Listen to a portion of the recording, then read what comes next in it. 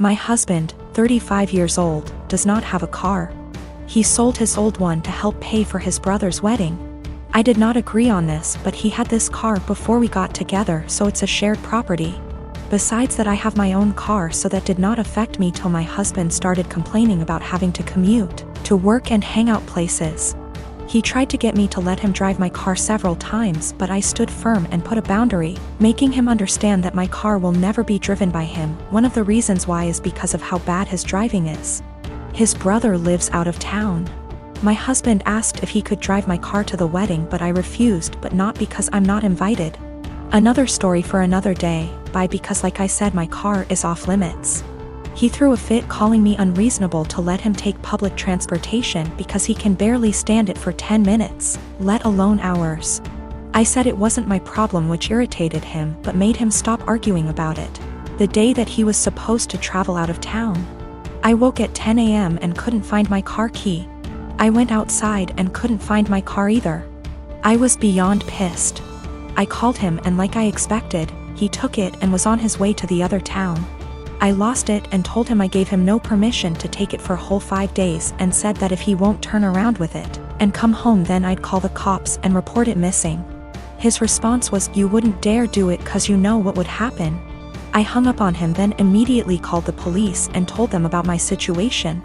I did not tell them my husband took it because they'd think it's a family dispute and decide to not get involved. I just reported it missing. 2 hours later, I got a call from my husband saying he was back in town and was being held at our local police station. I went to the station and talked to the cops. My husband made a scene there, swearing over and over that I gave him permission to take it, and said I was acting out of jealousy and spite because he was going to attend a wedding that I was not invited to. I took my car and went home, but he had to stay a little longer. He came home in the evening and went on a rage fit about how I created an awful situation and almost caused him to miss his brother's wedding. He called me vindictive, bitter, and a lunatic to call the police on him and try to accuse him of stealing my car. He had to leave the same day to be able to be there with his family and decided to extend his stay, and he still hasn't gotten back yet. Right now his mom and brother are blasting me for what happened and calling me spiteful. My wife and I have been together for 5 years, married for 4. She had a bad marriage before me and had a child. I had no problem stepping up to the plate to help her raise her child. The father wants nothing to do with my wife or his kid. To the point, I had 2 friends that I've had since I was 16. They were both female, and I had dated one of them for 4 years, but we split up, agreeing that we made better friends than an actual couple. This never happens in real life, apparently. She's always been my go for advice, and I made our friendship 100% transparent for my wife when we first met, and never did anything. Out of habit, my friend and I still said we loved each other, but more of a platonic love. We both loved our current partners and never wanted anything between each other. However, after a few years, this took a toll on my wife, and she asked me to stop telling her that I loved her. So I explained this to my friend, and she said she understood and would have no problem doing so. Another month or so, I still have 100% transparency with my wife as to make her feel comfortable. I got deployed, and my friend had just had her baby and asked me if I wanted to FaceTime to see her. I said yes, naturally happy for her and her husband. After a nice chat and meeting her new son, I got a call from my wife a few days later asking if I had talked to her KN FaceTime. I told her that I had and why, also telling her what we had discussed. My wife then didn't talk to me the rest of my deployment. When I got home, I explained that I was sorry it hurt her feelings and wanted to make things better. She told me to never talk to her again. I tried to explain that it was just a friendship and that neither of us wanted a relationship. My wife took it upon herself to call her and tell her that if she didn't stop talking to me forever, that she would tell my friend's husband that we were having an affair. She did not tell me any of this. I quickly noticed she had blocked me on everything, including my number. I had no idea what happened, so I confronted my wife, and she told me that she was certain I was cheating on her, and that my friend and I were having an affair. She then told me that she had called her and only asked her to not talk to me anymore. I was slightly upset but stood by her decision and held no grudge. I feel like this event led to the breakdown of everything. She started to have no trust in anything I did, constantly going through my phone, and she would constantly lock her phone. or lock herself in the bathroom talking to someone on the phone. She started blaming her job for her unhappiness. I told her that I could pull extra hours at work if she wanted to quit to find a new one. She quickly quit her job and made no attempt to find work again.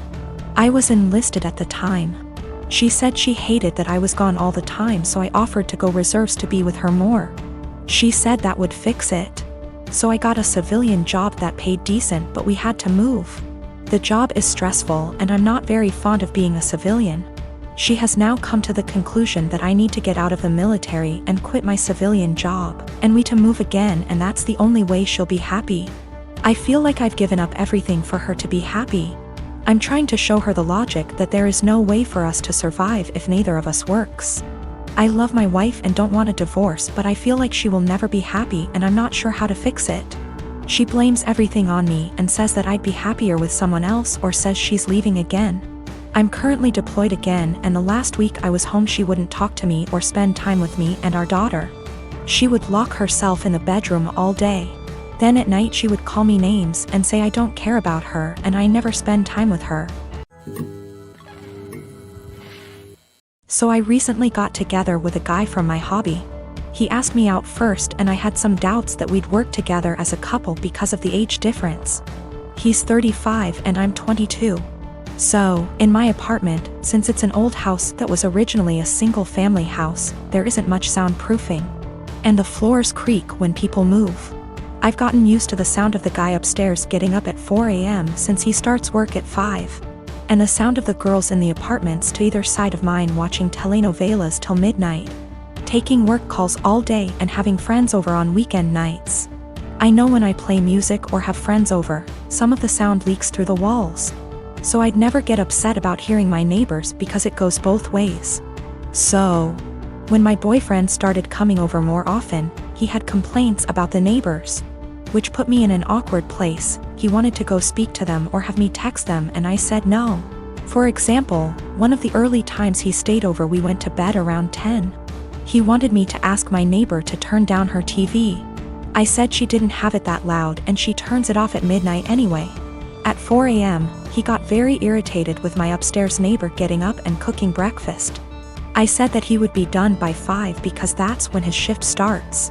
At 7 a.m., he was still trying to sleep in and the neighbor on the other side had some work calls that he said he couldn't sleep through. I offered him earplugs and he said he couldn't sleep with them in either. He wanted me to ask her to quiet down. He had similar comments every time he heard someone else in the building just living their life, especially if it was when he was in bed. I got frustrated with my boyfriend and told him, you can't expect to date a hot young 22-year-old and not want to deal with a 22-year-old's living situation.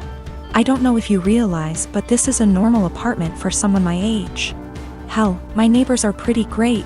Nobody's throwing loud parties on work nights. Nobody's having screaming fights. Nobody's having babies. The hot young part was in sarcastic air quotes because those were his words, not mine. He got irritated and asked why I was bringing age into it. And I said it's because he can't both want someone so young and also want someone with house kinda money. And he was being so out of touch with how normal people in their 20s live. He got really irritated with me bringing age into it. And even more annoyed when I'd respond to his neighbor complaints in the future with, "Okay, boomer." Or tell him that if he wanted me to have a rich person apartment, he could pay for it. It's not possible for me to get to his house on my own because I don't have a car and the buses don't go that far into the suburbs. So that would mean him driving 30 minutes from his house in the suburbs to pick me up, then an extra 30 to drive me to his house. Then an hour round trip early in the morning to get me home in time for work. It's a lot easier for him to visit me in the city. I am using boomer as a joke or a figure of speech to say acting out of touch and entitled to tell other people what to do. It is a common figure of speech to say, "Okay, boomer," to someone who is acting entitled regardless of their actual age. It's more of a mindset thing. I googled his property records for his house and he co-owns it with a woman who shares his last name. Holy shit. I don't know if she's his wife or ex-wife or what, but I'm out of here. I'm honestly freaking out right now, but I just gotta say, great big thank you to everyone who noticed red flags and made me question that. I've blocked his number. He can have fun figuring out where I went. A while back, my brother married a woman who had an 11-year-old son named Billy. A year later, my sister-in-law gave birth to a little girl. 2 years later, she gave birth to a boy. Billy, who was 14 by this time, was treated like an outsider. My sister-in-law and brother saw him as a burden who spoiled their picture-perfect family. If you asked my sister-in-law how many kids she had, she would say 2. Billy started acting out. He got involved with a bad group of kids and started getting into trouble. He started failing all of his classes. He eventually got into drugs and was suspended from school. My brother and sister-in-law were fed up with him. I asked my brother if Billy could spend the summer with me and my husband. We have a hobby farm and I thought maybe getting away from his life for a while could help him some. Well, they were more than happy to get rid of him, my SIL's words. It was kind of rough the first few weeks. He had a lot of anger issues. But my husband kept his hands and mind busy doing work on the farm. And we both made sure that he knew he was loved and wanted. By August, he was a totally different kid. He wanted to keep living with us, but my sister-in-law insisted that he come home. After 2 months, he went back to his old ways due to his parents' indifference. They ended up sending him back to us and he lived with us throughout high school. He ended up being an A/B student and kept with a really great group of kids. He got involved in baseball and got a scholarship to a local university. He's 22 now and is in his last year of school. He's engaged to a really great girl. When he was 16, he started calling me mom and he started calling my husband pops. He never really had much to do with his mom and he had nothing to do with my brother. He saw them on holidays when the whole family came over. His mom has tried to have a relationship with him the past few years, but he has avoided her. On Christmas, sister-in-law was over and for whatever reason, she opened my desk drawer and found a birthday card from Billy where he said, "To the best mom ever. Thanks for loving me and giving me a chance." She was devastated. She ended up texting Billy, confronted him and asked him if she would be presented as mother of the groom at his wedding. He told her that he no longer considered her his mom and wasn't even sure if he wanted her at the wedding at all. My sister-in-law is now insisting that I make it clear to Billy that I am not his mother and that he is not to refer to me as such. My brother is also very upset with me. Even my parents are pressuring me to do what sister-in-law wants for the sake of peace. Honestly, I consider Billy to be my son. I count him in with all of my children. I feel like telling Billy not to present me as mother of the groom could possibly be misinterpreted as me saying that I don't feel like he's my son and I don't even want to take a chance of that happening. If he decides to present his real mom as mother of the groom, I will 110% support him. I have zero desire to tell Billy not to call me mom and I absolutely won't do it because I know it would destroy him, and it would kill me. My sister-in-law insists that by not doing it, I'm making it impossible for her to have a relationship with him and I'm being selfish. I have talked to Billy about it some. He doesn't like to talk about his mom at all. He basically just said that he doesn't see her as a mom and has for sure decided he doesn't want her at the wedding. I understand and respect that.